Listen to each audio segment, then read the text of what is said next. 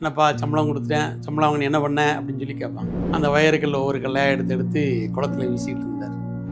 இது யாருக்கு கொடுத்த? அவங்களுக்கு. அப்போ நான் என்னோட விருப்பம் தானே, நான் என்னனாலும் பண்ணலாம்ல, நீ அதையே நீ வந்து தடுக்கிற, உனக்கு இது வைரக்கல், எனக்கு இது கூழாங்கல், போகலையே அப்படின்னு சொல்லி அனுப்பி விட்டுருக்காரு.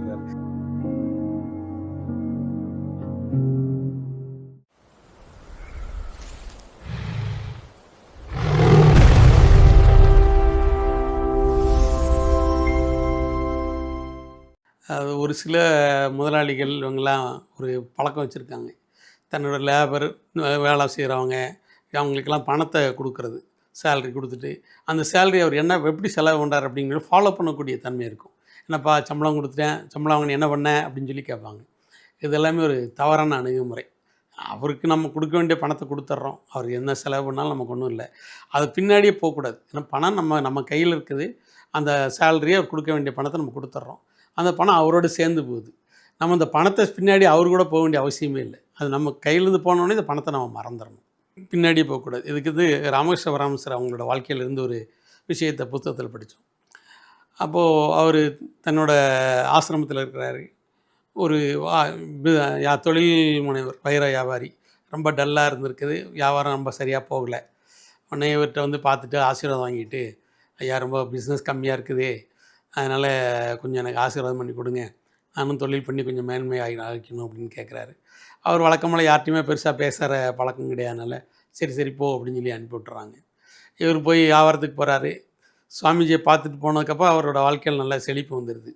அதில் பெரிய லெவலில் பிஸ்னஸ்லாம் பண்ணுறாரு. வைர வியாபாரம் பெரிய லெவலில் நல்ல முறையில் வியாபாரம் நடக்குது. நல்லா கோடீஸ்வரன் ஆயிடுறாரு.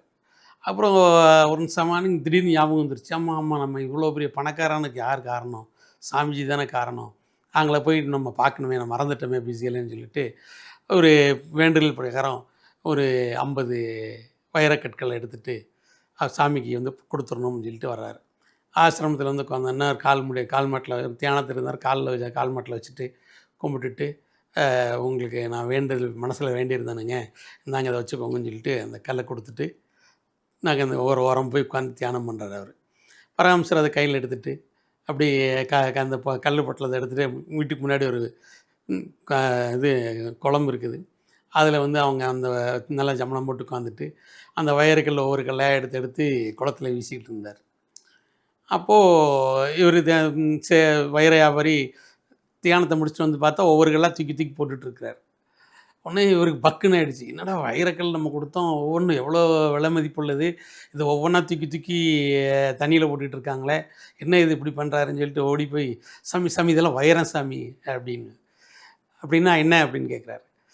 இல்லைங்க இதெல்லாம் விலை மதிப்புள்ளதுங்க, நீ கீழே போட்டுருக்கு. டேய் இது யாருக்கு கொடுத்த? அவங்களுக்கு.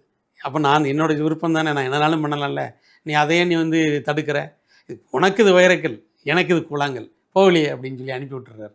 அதுக்கப்புறம் அந்த வைரக்கல் எல்லாமே கீழே போயிடுது. அந்த வியாபாரி ரொம்ப மனசு உடஞ்சி, என்னடா இப்படி ஆகிப்போச்சு அப்படின்னு சொல்லி ரொம்ப வருத்தப்பட்டானா. அவர் தான் கூப்பிட்டு சொன்னாராமா, கர்மாங்கிறது அப்படி தான், கொடுக்கறதுக்கு நீ வந்துட்ட, நீ கொடுத்துட்ட, அந்த கொடுத்த பற்றி என்ன என்ன ஆனால் உனக்கு என்ன, அதை விட்டு நீ நகர மாட்டேங்கிற. ஒரு பொருளை கொடுத்துட்டு அந்த பொருள் பக்கத்துலேயே உன் மனசை வச்சுட்டு இருந்தீங்கன்னா அதை விட ஒரு கொடுமை என்ன இருக்க முடியும் சொல்லுங்கள். அதுதான் ஒரு ரொம்ப தெளிவாக ஒரு கதையின் மூலமாக சொல்லியிருக்காங்க. ஸோ நம்ம வந்து யாருக்கா பணம் கொடுக்குறோம் வைக்கிறோன்னா அந்த பணத்தை முறையாக செலவு பண்ணுறானா, ஒரு பிச்சைக்காரனுக்கு ஒரு 100 ரூபா போட்டோம் அப்படின்னா அவன் டாஸ்மாக்கு போவான் அப்படின்னு சொல்லி விமர்சனம் பண்ணுறது. உனக்கு என்ன கையில் இருக்குது, கொடுக்கணும்னு தோணிச்சு கொடுத்துட்ட, போய்கிட்டே இருக்க வேண்டியதானே, அவன் என்ன செஞ்சால் நமக்கு என்ன, அந்த பிச்சைக்காரனை சுமக்க வேண்டிய அவசியம் நமக்கு என்ன வந்திருக்கு சொல்லுங்கள் பார்ப்போம். அதனால் யாருக்கு தர்மம் பண்ணாலும் சரி, ஈகை கொடுத்தாலும் சரி, பள்ளிக்கூடத்துக்குன்னு சொல்லிட்டு குழந்தைங்களுக்கு டொனேஷன் கொடுத்தாலும் சரி, என்ன நீங்கள் செஞ்சாலும் சரி, வலது கையில் செய்கிறது இடது கை மறந்துடும். அடுத்த செகண்ட் நீங்கள் என்ன நடந்ததுன்னு நினைக்கக்கூடாது, உங்கள் கையிலேருந்து பொருள் போன நினைவே இருக்கக்கூடாது. இல்லாமல் இருந்தால் மட்டும்தான் நம்ம தானம் தர்மம் தவம்லாம் செய்கிறதுக்கு வலிமையானவங்களாக இருப்போம். நம்ம ஒரு செயல் செஞ்சுட்டு அந்த செயலோட பலன் எப்படி இருக்கும் அப்படின்னு சொல்லிட்டு நீங்களே கற்பனை பண்ணிகிட்டு இருந்தீங்க அப்படின்னா அந்த பலன் நமக்கு பூரணம் வந்து சேராது. ஏன்னா அது தேவையில்லாத ஒரு பர்டன் நீங்கள் சுமந்துட்டு இருப்பீங்க. மனசுக்குள்ளே வந்து குப்பைகளை அடிக்கிட்டே போக போக நல்ல விஷயங்களை மட்டும் வராது. செல்வம் ஜெற்பம் அப்படின்னாலும் அப்படியே மாதிரி தான், உள்ளே வந்து நிறைய விஷயங்கள் வச்சுக்கிட்டு இருக்குது, தேவையில்லாத விஷயங்களை வச்சுக்கிட்டு இருக்கிறது. ஒரு சினிமா பார்த்தா சினிமா பின்னாடியே டான்ஸ் ஆடுற மாதிரி மனசை கொண்டு போகிறது, தேவையில்லாத ஒரு விஷயத்தை பார்த்துட்டு அதையே நினச்சிக்கிட்டு இருக்கிறது, சினிமா பார்க்குறது எல்லாமே மிகப்பெரிய கற்பனை உலகத்தில் கொண்டு போய் தள்ளிடும். அதில் நீங்கள் எதாக இருந்தாலும் மனசை வந்து முதல்ல ஃப்ரீயாக ஒரு இலவம் பஞ்சு மாதிரி வச்சுக்கிறதுக்கு யார் யாரெல்லாம் கற்றுக்குறாங்களோ அவங்கெல்லாம் மேன்மை அடைவாங்க. அவங்கள நோக்கி செல்வம் வந்து ரொம்ப ரொம்ப வேகமாக உள்ள வந்துடும். மகாலட்சுமி ஐஸ்வர்யங்கள் அப்படிங்கிறது என்னென்னு கேட்டிங்கன்னா, அவங்க மனசு தூய்மையா, எந்தவித கள்ளங்கபடமும் இல்லாம, இலவ மஞ்சு மாரி மனசு அப்படி மிதக்கும்போது, செல்வம் வந்து மேலே மிதந்துகிட்டு இருக்கும். அந்த செல்வம் அப்படியே உங்களை ஈர்த்துரும். நீங்க செல்வத்தை ஈர்க்கிற ஒரு காந்தமா மாறிடுவீங்க. அதனால நம்ம செல்வம் சேர்ப்புங்கிற பேர்ல பேசிட்டு இருக்கோம். நெறைய விஷயங்கள் பேசினாலும், நம்ம பணம் அப்படிங்கிற விஷயம்னு வரும்போது, நம்ம மனது இப்போ பணத்த அள்ளி அள்ளி குடுக்கும்போது, உங்க மனசுல கொஞ்சம் கூட சஞ்சலம் வரக்கூடாது. கோவிலுக்கு குடுத்துட்டு, தன்னோட வாரிசு பேரெல்லாம் டொனேஷன் புக்ல போடுறது. அது ஒரு டியூப் லைட் வாங்கிட்டு, டியூப் லைட்டே கோவிலுக்கு குடுத்துட்டு, டியூப் லைட்டே மறையிற அளவுக்கு நம்ம பேர் எழுதுறது. நம்ம கல்வெட்டுல நம்ம பேர் வந்துருச்சான்னு பார்க்கறது, நோட்டீஸில பேர் வந்திருக்கான்னு பார்க்கறது. இந்த மாரி விஷயங்கள் எல்லாம் அவாய்ட் பண்ணி, நீங்க எந்த அளவுக்கு கோவில், குளத்துக்கோ, நண்பர்களுக்கோ செய்த உதவிகள் சொல்லி காமிக்காம இருந்தாலே உங்களுக்கு நெறைய பணம் ஆரம்பிச்சுரும். நீங்க சொல்லி சொல்லி காமிச்சீங்க அப்படின்னா, இவன தானே சொல்றான், அப்ப அவன்கிட்ட புரிஞ்சா தானே சொல்லப் போறான், இவன விட்டு காலி பண்ணி போயிரும்னு சொல்லிட்டு அதெல்லாம் காலி பண்ணி செல்வம் போயிடும்.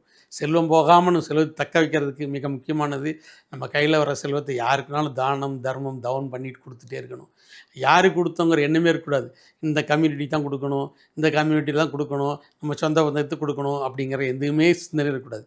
ஒரு ஜீவராசி, எந்த ஜீவனா இருந்தா என்ன, அவங்களுக்கு குடுத்துருவோம் அப்படிங்கிற மனநிலையோட நீங்க பணத்த தொட்டு தடவுனீங்கன்னா, அந்த பணம் பல மடங்கு உங்கள நேர்த்தி ஓடி வரும். அதுதான் நிஜமான உண்மை. செல்வத்த சேர்ப்போம்.